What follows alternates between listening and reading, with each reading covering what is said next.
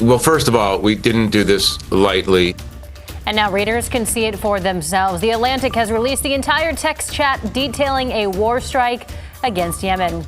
And a transgender athlete controversy is playing out in Portland. The federal government has an open investigation into Portland Public Schools and the Oregon School Activities Association. And one lawmaker has an idea to improve rural health care.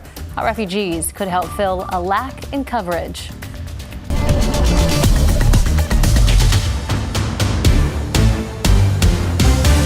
We start at noon with a weather impact alert. Our sky cams across the metro area are clear and pretty right now, but that will soon change. We're expecting heavy showers and possible severe thunderstorms, and this can make for a very difficult commute home for people today. Thank you for joining us. I'm China Green. Let's get right over to meteorologist Rod Hill. Rod, walk us through the timing of this storm. Yeah, and let me begin, China, by saying the point of the sky cams you just showed is to illustrate how quickly today is going to change. It will be an abrupt change, and people that aren't updated on the forecast will absolutely be potentially caught off guard. Big low really shows up nicely, this comet shape out in the Pacific. It is the storm engine that will start throwing showers and eventually thunderstorms up into our area. All of Oregon and Washington color-coded into at least the risk factor for thunderstorm activity later today and this evening. And the highest chance of A, thunderstorm development, and B, that some of those storms could become quite strong, runs up I-5 from Roseburg to Seattle. This does cover the west slopes of the Cascade foothill communities as well. Right now, the radar looks like our sky cameras. Nothing going on. It is completely dry inland. China showed you some of these. This is Schnuckwin's Casino at Lincoln State. People are out enjoying another day that could set records. We're at 59 degrees right now. Portland, we could set the record 73 today. We're at 71. We're going to smash it again. But it's this warm weather that sets the table for the storm development. So we have the KGW weather impact alert starting at 3 o'clock this afternoon. I don't think we'll have storms here, but that's a good time to put in your mind to kind of pay attention to the skies. And if you see storms building, especially to our south, those big towering cumulus clouds, thunderstorms eventually, wind, hail threats. Take shelter, of course, when you hear thunder. We're at 71 now. We could be up to around 80 degrees. We hit 80 yesterday at 4 o'clock, about the time certainly you folks in Salem expect to start seeing stormy weather. And then those storms sweep through Portland at 5 o'clock potentially and continue going with waves of additional storm activity into 8 o'clock. Now, this may not be as widespread as I'm making it sound, but confidence is high that we will see thunderstorms in the area, and there's a reasonable chance that we could have damaging winds with some of these individual storms, gusts between 50 and 60 miles per hour, large hail up to an inch, and even just torrential rain amounts coming down, maybe an inch and a half an hour, that would produce some flash flooding and really mess with people on the roadways if we do have storms over the area at 5 p.m. We'll track the storms with Futurecast coming up in just a bit. Thank you, Rod. Just a few hours ago, the editor-in-chief of The Atlantic released the full signal chat showing the military plans for an attack in Yemen. The Trump administration maintains no classified material was released. Alice Barr has the latest from the nation's capital. This disrespect for our... On Capitol Hill, growing outrage over that Signal group chat between top U.S. officials discussing sensitive details of impending airstrikes in Yemen, with a journalist inadvertently added. This is utterly unprofessional. There's been no apology.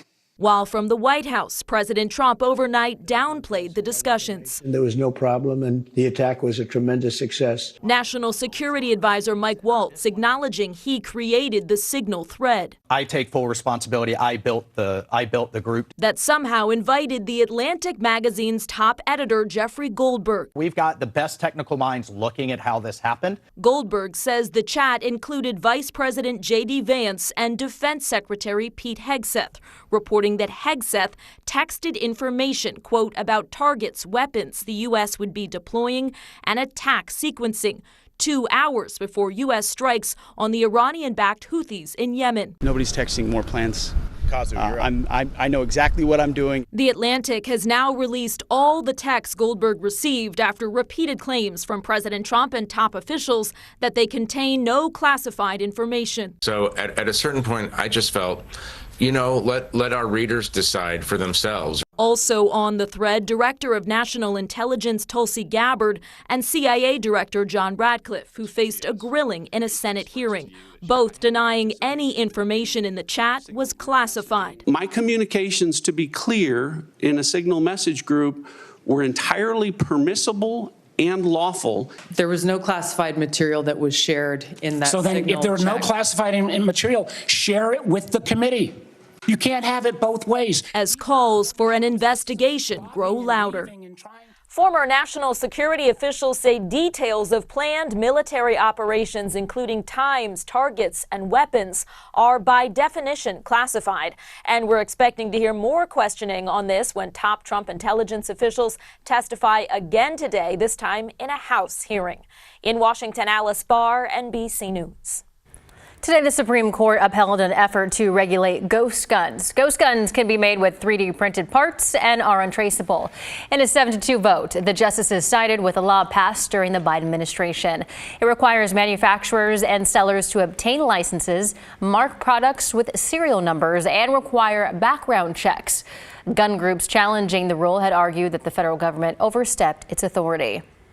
And the U.S. Department of Education has launched an investigation after a transgender athlete from Portland competed in a girls' track and field race. The federal officials argue that it's a violation of Title IX, a federal law that prohibits discrimination on the basis of sex in any federally funded education program. The student athlete is from McDaniel High School. The DOE is investigating both Portland Public Schools and the Oregon School Activities Association. In a statement, PPS Superintendent Kimberly Armstrong says that they are working with local and state partners and says the district is, quote, in full compliance with Oregon state law, which may differ from federal guidance. She also stressed, quote, my commitment and our district's commitment to doing what's right for all students, especially those most vulnerable, remains unwavering. We have an update on that big water main break on Cornelius Pass Road in Hillsborough. This is new video from this morning showing the closure that remains in place right now. Now, Washington County says Cornelius Pass is down to one lane in each direction between Baseline Road and Rock Road. Southeast Francis Street is closed at the intersection with Cornelius Pass. Now, it's unclear right now when those roads will reopen. We'll keep you posted. And then we also have an update on the crash in Staten that killed a teenager and left 3 other minors injured. We spoke to the mother of Zolea Johnson and Zamora Miller. Zolea is on the left. She died in the crash. Her sister Zamora on the right is in the hospital at OHSU. They were in a car that crashed into a tree Sunday night. Zolea was a junior at McNary High School, and her mother says that she loved to cook and had dreams of attending culinary school. Police say the driver, 33-year-old Christopher Atkinson right there, was going more than 100 miles an hour. He also admitted to buying alcohol for the minors, drinking and smoking marijuana that day as well. I got 2 babies that will never be the same. One I don't even have no more. He took them. I don't want that man to see the light of day. I want him to suffer and pay for what he took away from me. Atkinson has been charged with manslaughter, assault, reckless driving, and giving alcohol to minors. A judge denied bail Monday during his first court appearance. Tonight on The Story, we're looking into the financial challenges at local theaters. One of those is the Oregon Children's Theater that announced that it is putting a pause on programming after the summer camp season ends on September 1st. The theater said it's facing financial shortfalls and challenges. It will be launching a major fundraising campaign to try and support the future of the company. Tonight on The Story with Blair Best, we'll hear from the Children's Theater plus 2 other theater companies figuring out how to pay the bills. You can watch The Story tonight at 6:30 right here on KGW or streaming anytime on our TV app, KGW Plus. Across Oregon, communities are dealing with fewer and fewer doctors, and it's especially challenging for rural communities. Though, as Thomas Schultz tells us, one bill up for consideration in Salem could change all that. Last March, Adventist Health Tillamook closed clinics in Welches, Sheridan, and Lincoln City. A year later, we checked back in with experts to see if anything has improved. No, it's still the same. Though now, legislators are offering a possible solution. This is really a win-win situation. State Senator Casey Jama says Senate Bill 476 would make it easier for foreign-trained doctors, like immigrant refugees, to get medical licenses. There's a lot of states that are trying to, grease the wheels. The bill streamlines a pathway for immigrant doctors to work underneath a supervisor. We have tremendous assets in our community. Why not take advantage of that asset that we have in our community? Jama says the legislation could alleviate doctor shortages and benefit immigrant refugees who are medically trained in their home country. He adds more high-paying jobs leads to stronger immigrant communities. We are creating immigrant refugee community members who are expert and be trained internationally, allowing them to be higher paying taxpayers. Though some doctors are hesitant. I think it's a good idea, but I don't know if it's going to make an impact. Eric Weiser, an assistant dean of rural medical education at OHSU, is uncertain how many doctors have time to supervise training. It's really hard to find somebody who has the capacity to train somebody, among their regular duty. It's also unclear just how many jobs this could create. The Senate Majority Office says there's no calculations yet for how many immigrants may use the program. So I don't know if that workforce is there in abundance. Thomas Schultz, KGW News. Despite different opinions on the effectiveness of the bill, both Weiser and Jama say it could help. And we also asked Weiser, the doctor, how rural health care could be improved. He says more healthcare systems across Oregon need to offer residency programs to add doctors statewide. The Oregon Senate has passed a bill to get rid of that twice annual switching of the clocks we do. The bill would allow Oregon to remain on standard time year-round if California and Washington make the same decision in the next 10 years, so a lot to go in there. It leaves open the possibility of year-round daylight saving time, which would require approval from Congress. While a majority of Oregon senators support the bill, some worry about the uncertainty of which standard of time would win. We asked people in Portland what they would feel about the change. Switching back and forth. I start really early in the morning, and if we don't change the times, it's going to look like I'm getting out of my house at midnight, so that won't be fun. Do you have a preference?